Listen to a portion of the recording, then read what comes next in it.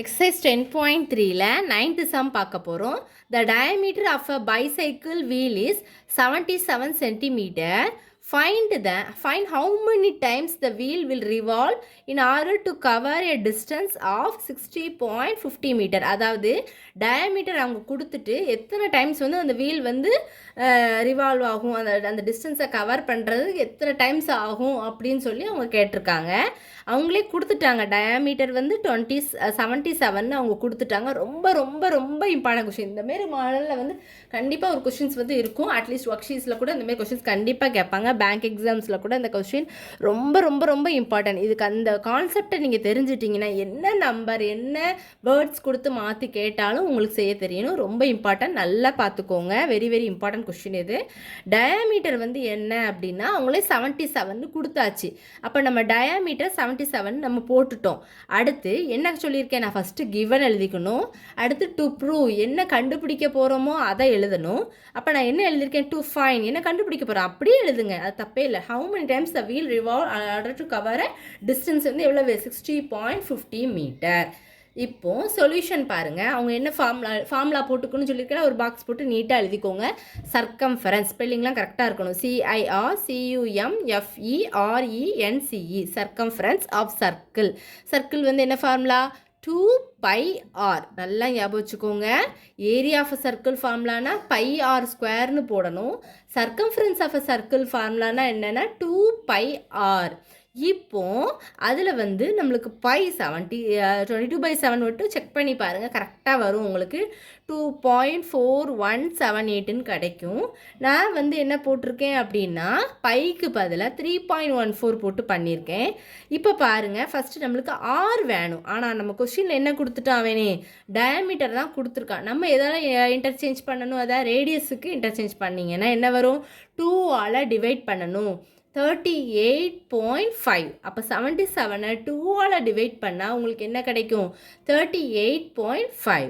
இப்போ 2 into bike என்ன போட சொல்லியிருக்கேன், 3.14 போட்டிருக்கேன். இன்ட்டு ரேடியஸ் என்ன கண்டுபிடிச்சி வச்சுருக்கோம், 38.5 போட்டாச்சா.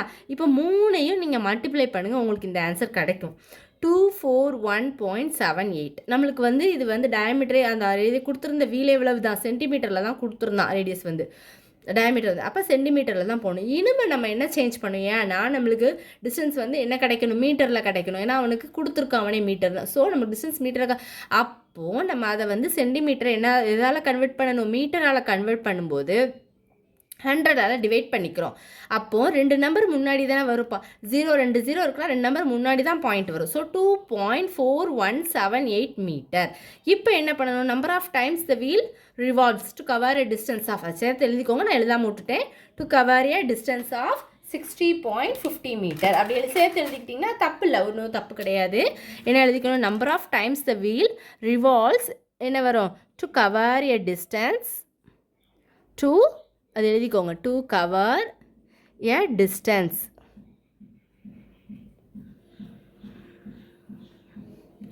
என்னது, டிஸ்டன்ஸ் ஆஃப் 60.50 மீட்டர். இது எழுதிக்கோங்க, சேர்த்து எழுதிக்கிற தப்பில்லை. எழுதிட்டு இப்போ என்ன நம்ம வந்து டிஸ்டன்ஸ் என்ன கொடுத்துருக்கணும் அதைத்தான் மேலே பண்ணணும். நீங்கள் இதை கீழே போட்டாலும் தப்பு, மல்டிப்ளை பண்ணாலும் தப்பு தான், டிவைடு தான் பண்ணணும்.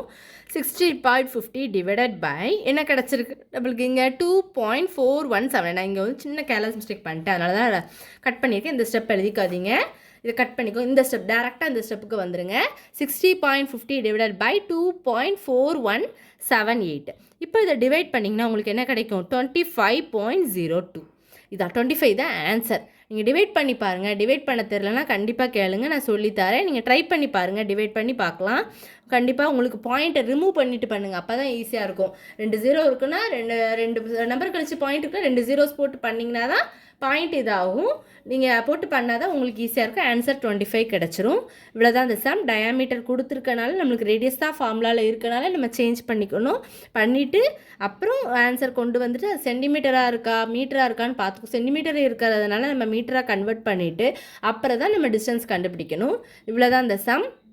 ரொம்ப ரொம்ப இம்பார்ட்டன்ட். நல்லா போட்டு பார்த்துக்கோங்க. வேறு நம்பர்ஸ் வச்சு ட்ரை பண்ணி பாருங்கள். டவுட்ஸ் இருந்தால் கேளுங்க. தேங்க்யூ.